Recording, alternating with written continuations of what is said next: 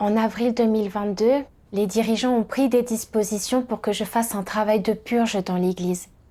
Je n'avais jamais fait ce travail auparavant et je ne comprenais pas les principes permettant de discerner les différents types de personnes. Alors je me suis demandé avec inquiétude, est-ce que je peux le faire? Et si je purgeais par erreur quelqu'un qui ne devrait pas l'être? Ne commettrais-je pas un grand mal? Ce serait une grave transgression. Mais ensuite, j'ai pensé que je ne pouvais pas me dérober à mon devoir. Je n'étais pas la seule à faire ce devoir. Il y avait aussi d'autres sœurs qui coopéraient. Si je ne comprenais pas quelque chose, je pouvais apprendre d'elles. Alors j'ai accepté ce devoir.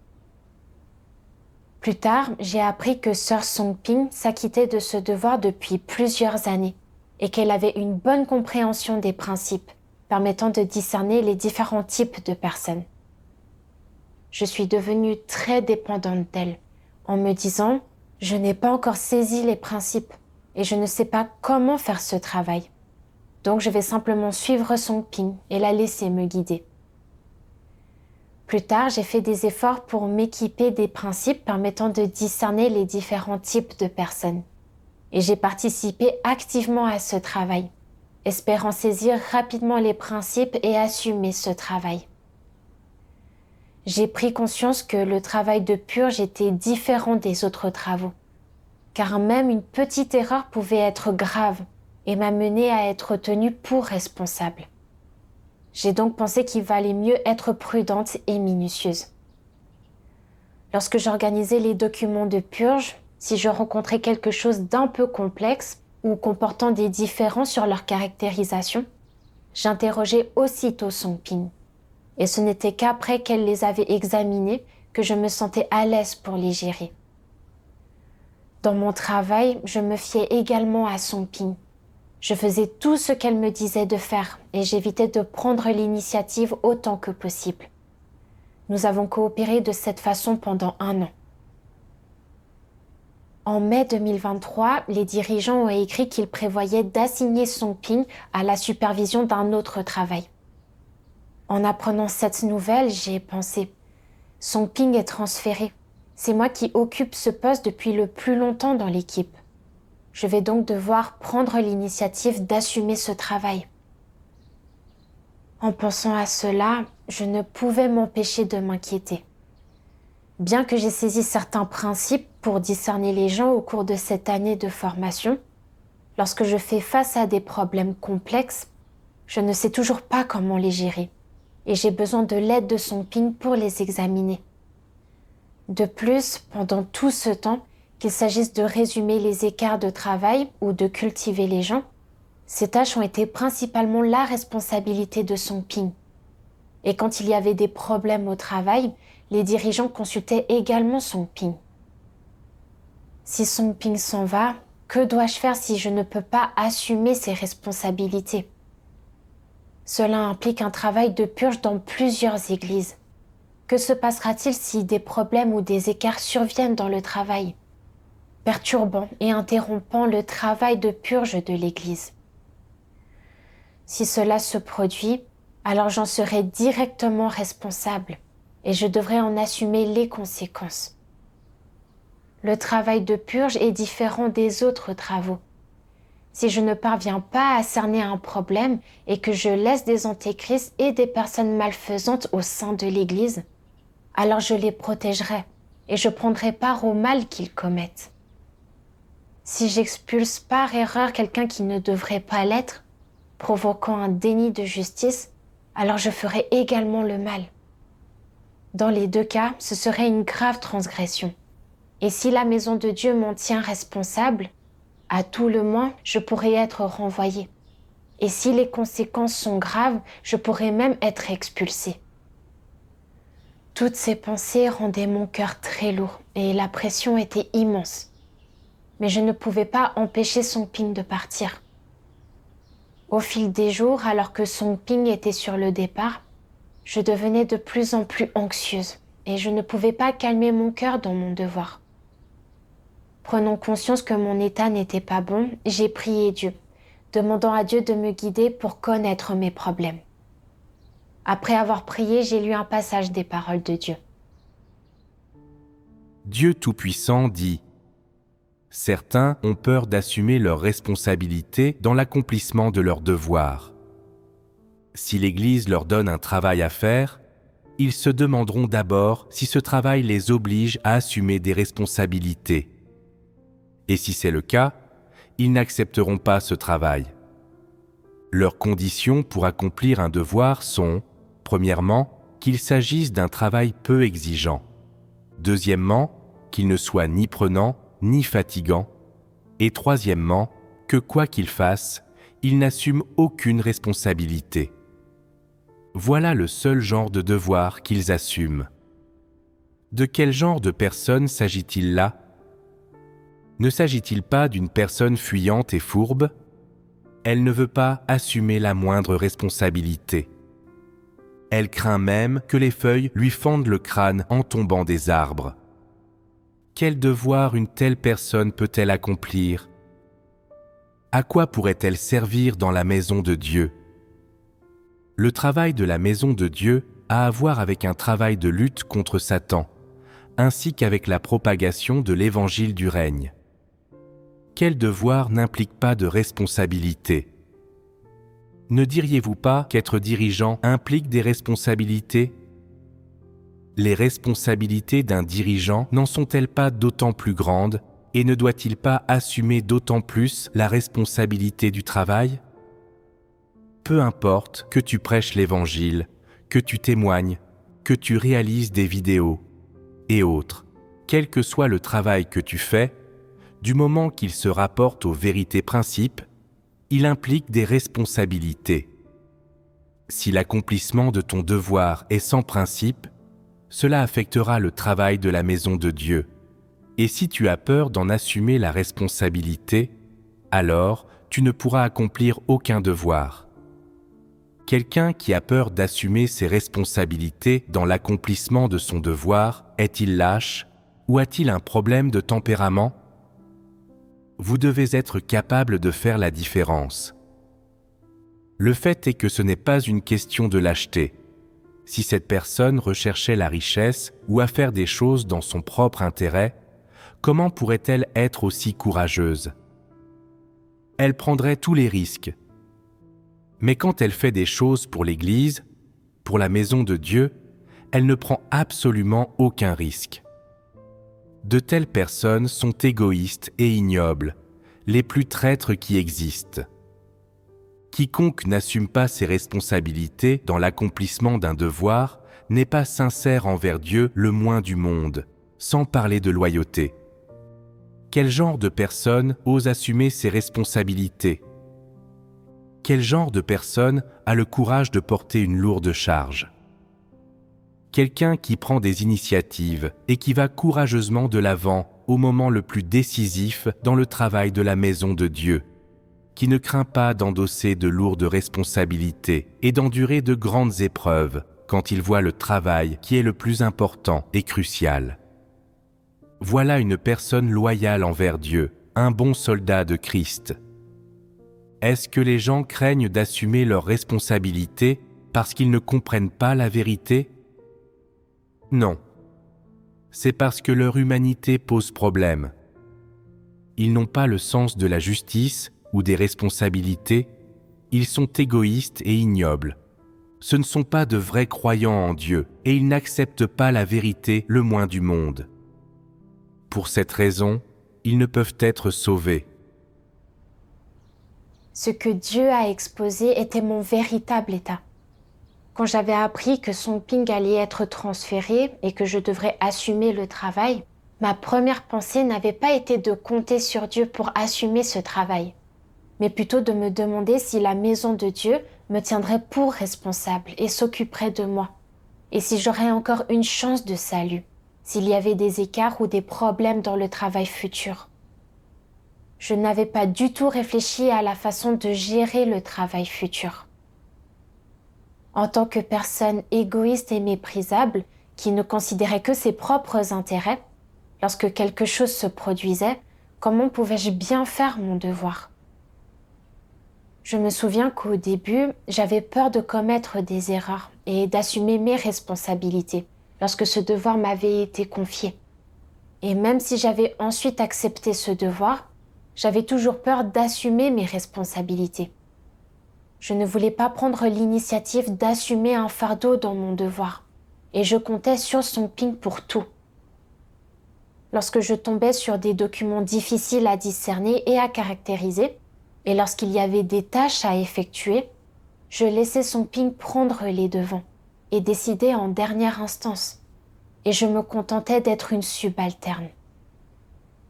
De cette façon, si des écarts ou des problèmes survenaient, je n'aurais pas à porter la responsabilité principale ou à souffrir et à payer un prix, et j'obtiendrais le beurre et l'argent du beurre.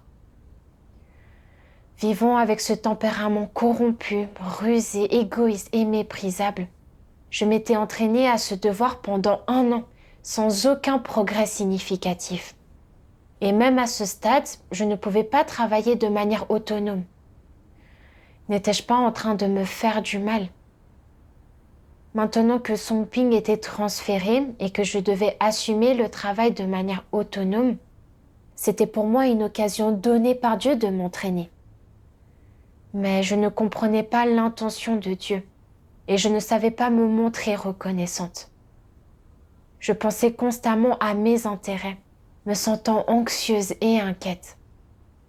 N'étais-je pas simplement en train de me tourmenter?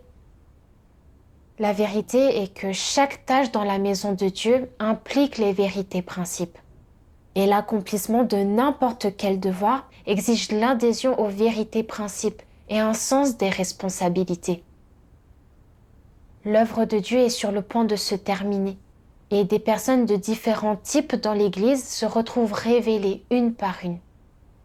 Dieu a échangé sur les vérités concernant le discernement pour nous aider à discerner tous les types de personnes qui appartiennent à Satan, afin que nous puissions purger l'Église des différents démons et Satan qui interrompent et perturbent l'œuvre de Dieu, en fournissant au peuple élu de Dieu un bon environnement pour poursuivre la vérité.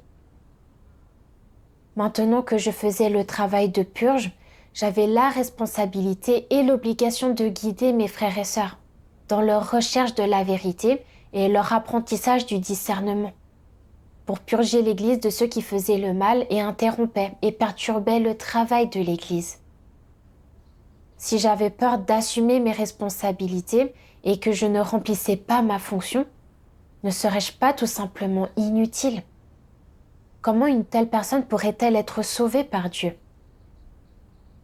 En pensant à ces choses, j'ai pris conscience que je ne pouvais plus vivre dans cet état incorrect. Sinon cela affecterait ma capacité à accomplir mes devoirs à l'avenir. Plus tard, j'ai lu certaines paroles de Dieu. Dieu Tout-Puissant dit : pour l'homme, s'acquitter de son devoir, c'est en réalité accomplir tout ce qui est inhérent à l'homme, c'est-à-dire ce qui est possible pour l'homme. C'est alors que son devoir est accompli.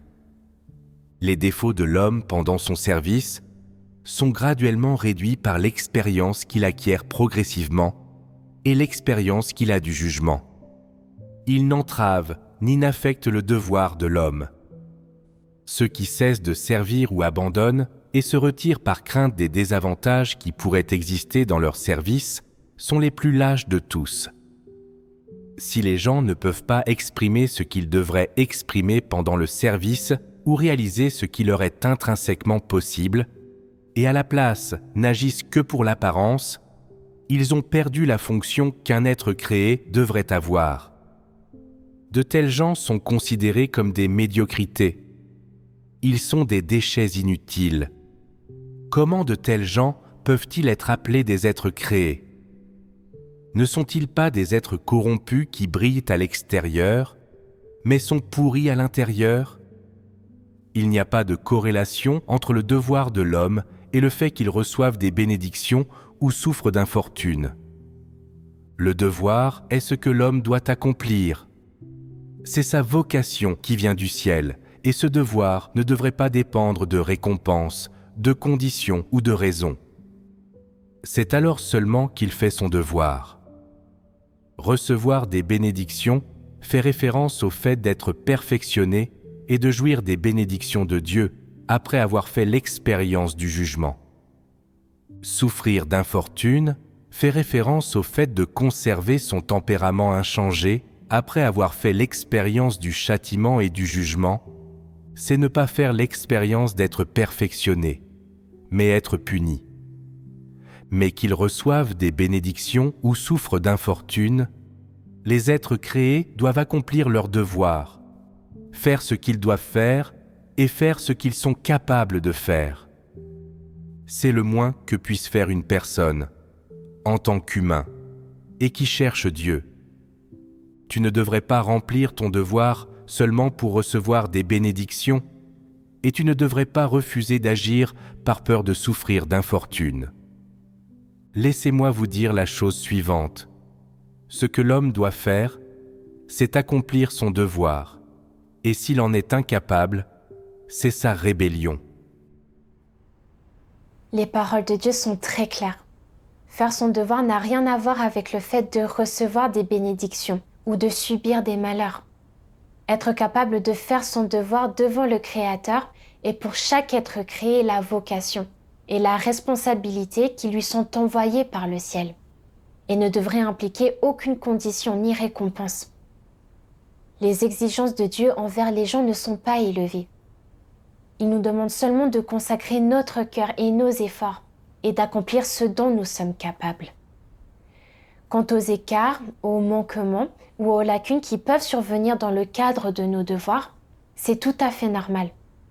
Sans la vérité, nous ne pouvons pas voir les choses clairement, et nous sommes remplis de tempéraments corrompus, agissant souvent selon le tempérament de Satan. Il est donc inévitable de commettre des écarts et des erreurs dans nos devoirs.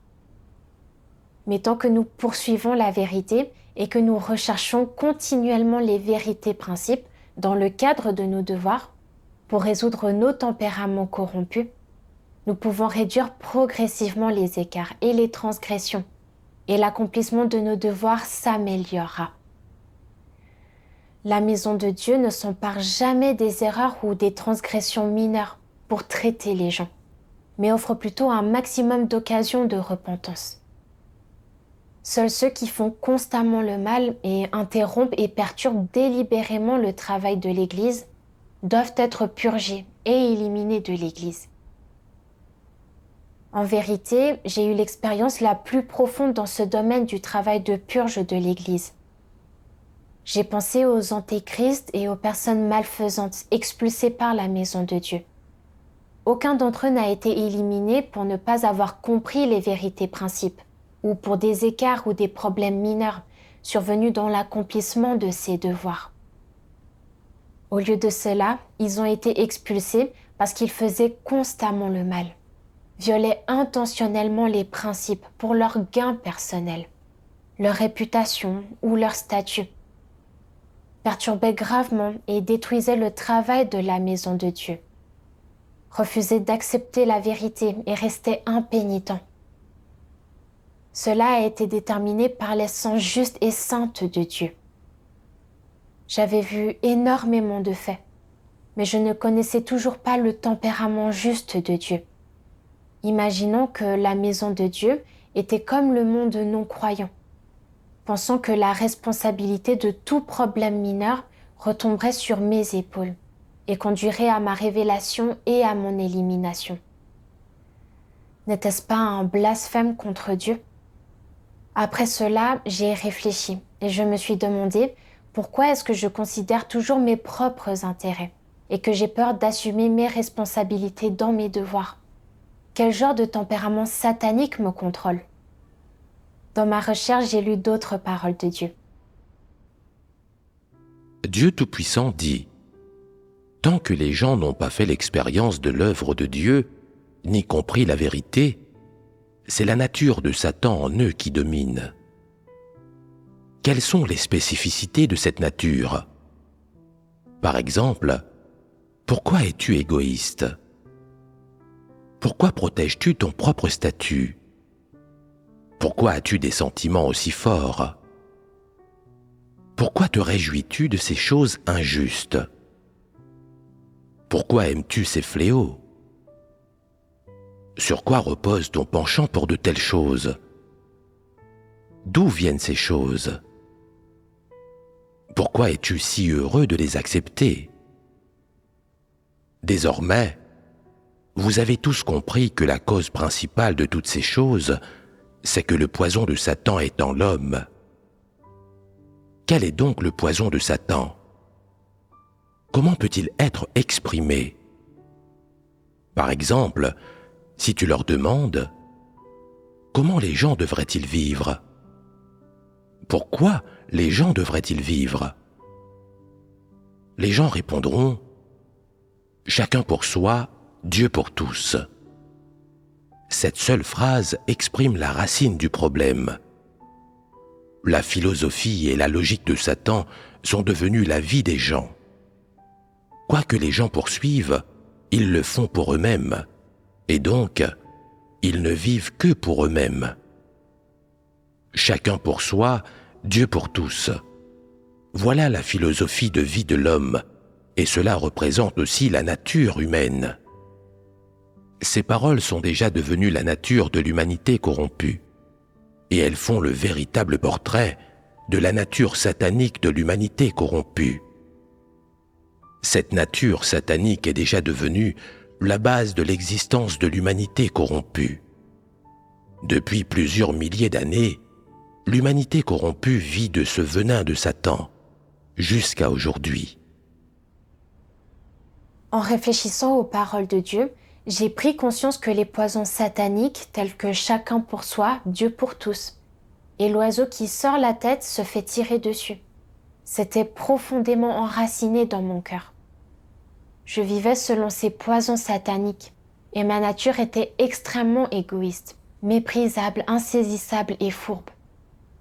J'avais toujours considéré mes propres intérêts en premier.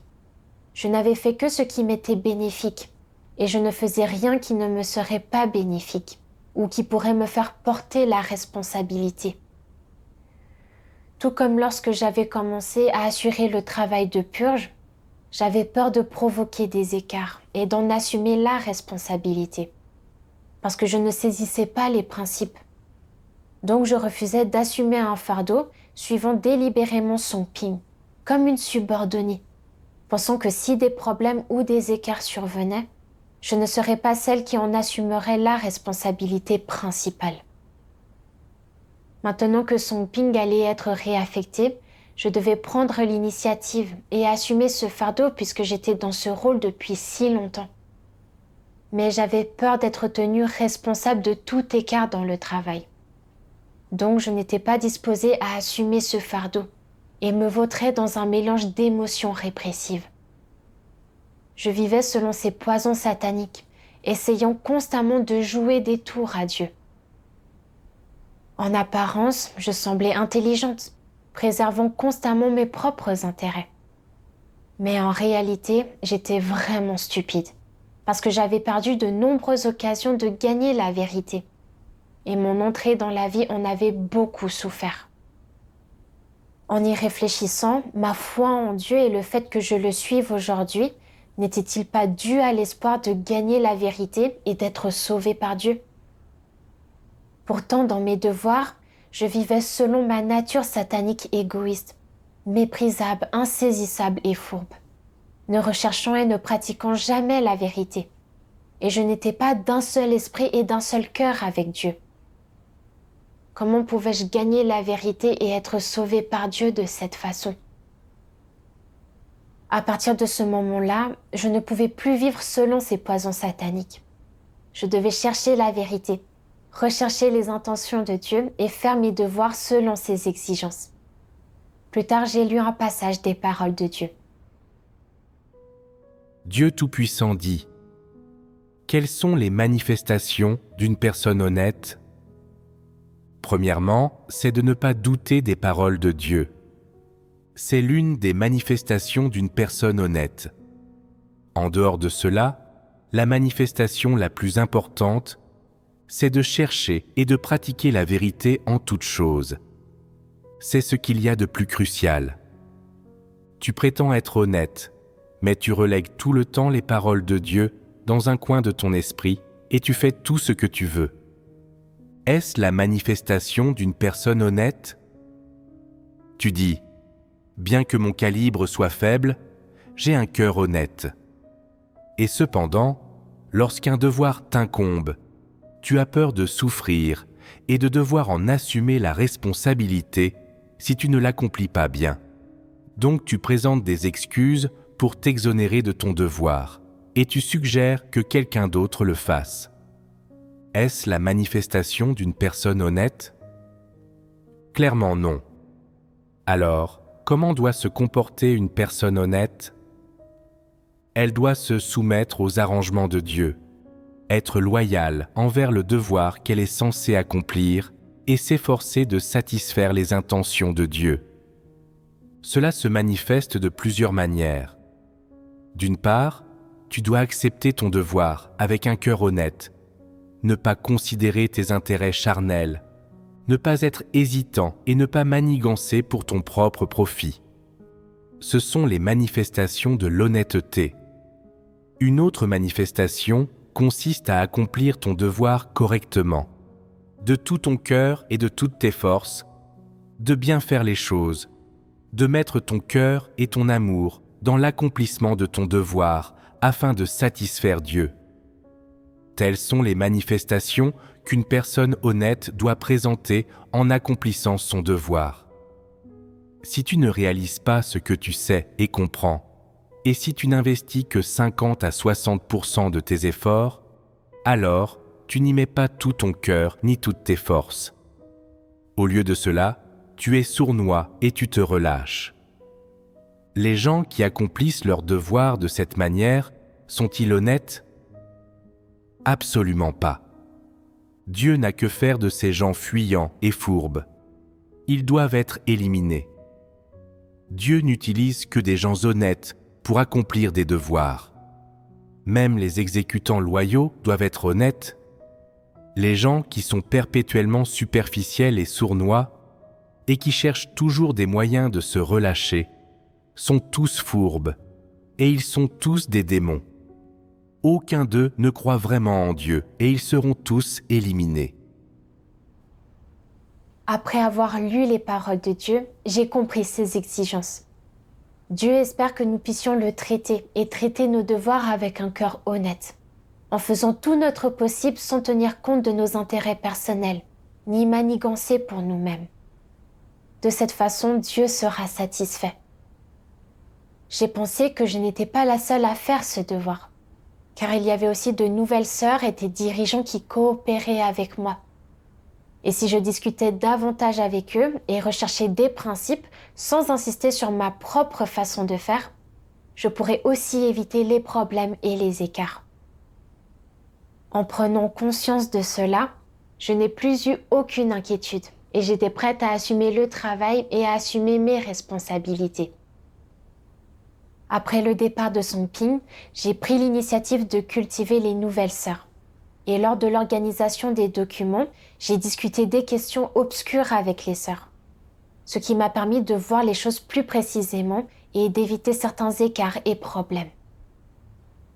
Peu de temps après, les dirigeants supérieurs ont envoyé une lettre, requérant une enquête pour savoir s'il y avait des faux dirigeants ou des antéchrists dans l'Église, nous demandant d'écrire des lettres à chaque Église pour mettre en œuvre ce travail.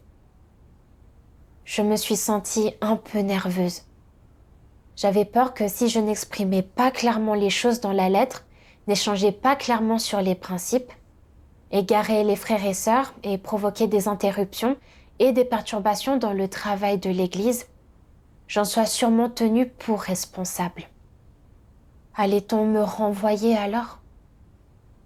À ce moment-là, j'ai pris conscience que je pensais encore à mes propres intérêts.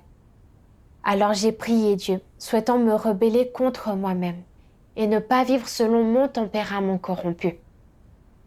Ensuite, j'ai communiqué avec les nouvelles sœurs en notant les différents aspects du travail qui devaient être mis en œuvre. Puis j'ai commencé à écrire la lettre.